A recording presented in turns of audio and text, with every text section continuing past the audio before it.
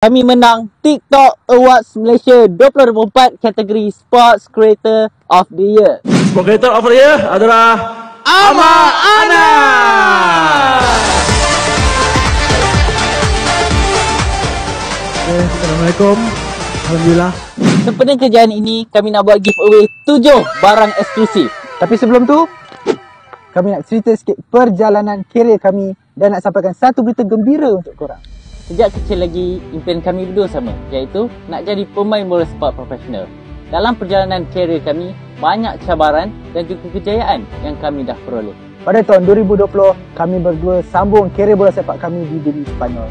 Anas terpilih untuk berlatih bersama kelab CD Castellón bawah 19 tahun dan saya pula menandatangani kelab ADL Corcón bawah 23 tahun. Pada masa tu pun, kami selalu juga update konten di TikTok. Pergi Stadium Bernabeu, pergi Stadium Atletico, dan kami juga ada buat video dengan international players dengan tujuan untuk kongsi pengalaman dengan korang semua. Namun perancangan Allah lebih baik. Pada tahun 2022, kami berdua mengalami kecederaan lutut ACL. Masa tu kami rasa sedih, tapi kami yakin pasti ada hikmah dan sesuatu yang lebih baik Allah nak bagi pada kami. Setelah itu, Anas menduduki SPM dan dapat keputusan cemerlang iaitu Straight A. Dan saya pula sambung pelajaran di Jakarta, Indonesia dalam bidang filem. Pada bulan Jun tahun ini, iaitu lebih kurang 3 bulan yang lepas, kami kembali aktif di TikTok setelah 2 tahun berhenti. Tak sampai 2 bulan kami aktif, tiba-tiba rezeki datang. Kami tercalon untuk TikTok Awards Malaysia untuk kategori Sports Creator of the Year dan Alhamdulillah kami menang.